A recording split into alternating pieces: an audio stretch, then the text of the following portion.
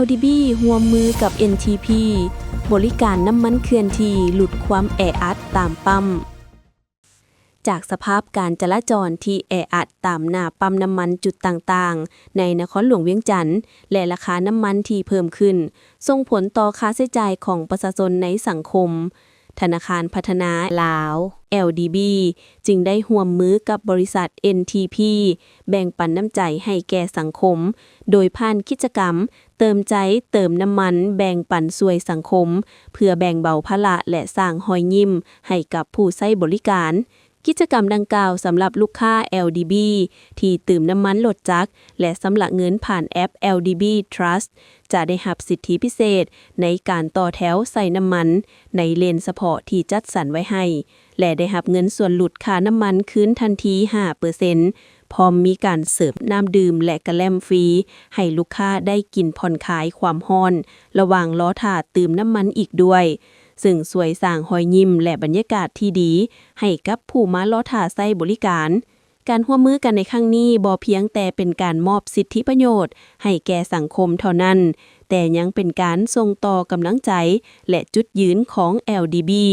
ในบทบาทการเป็นธนาคารที่พร้อมรับใช้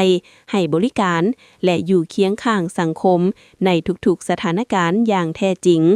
การบริการเติมน้ำมันนอกสถานที่ของบริษัท NTP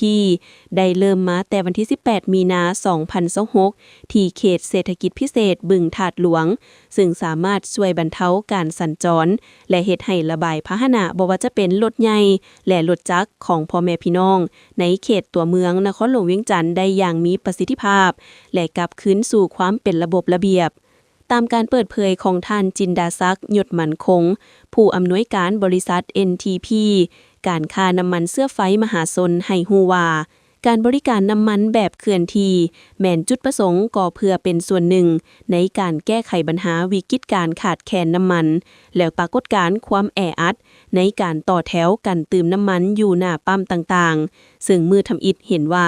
มีพ่อแม่ประชาชนชาวนครหลวงเวียงจันทน์เข้ามาใช้บริการเป็นจำนวนหลายประมาณ 3,000 กว่าคัน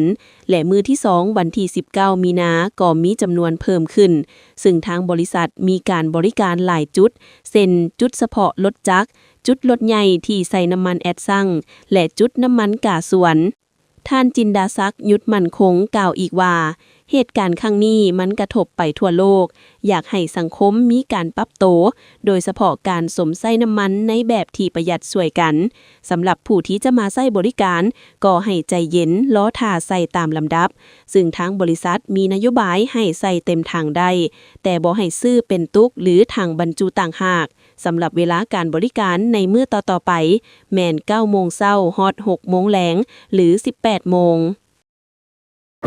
มีข่าวดีจะมาบอกสำหรับใครสนใจเช่าพื้นที่ขายเครื่องทุกประเภทและเช่าพื้นที่ป้ายโฆษณาอยู่ตลาดลาวสนใจสอบถามที่เบอร์ 02058389209 สถานที่ตั้งอยู่บ้านสะพังเมืองไซธานีนครหลวงเวียงจันทน์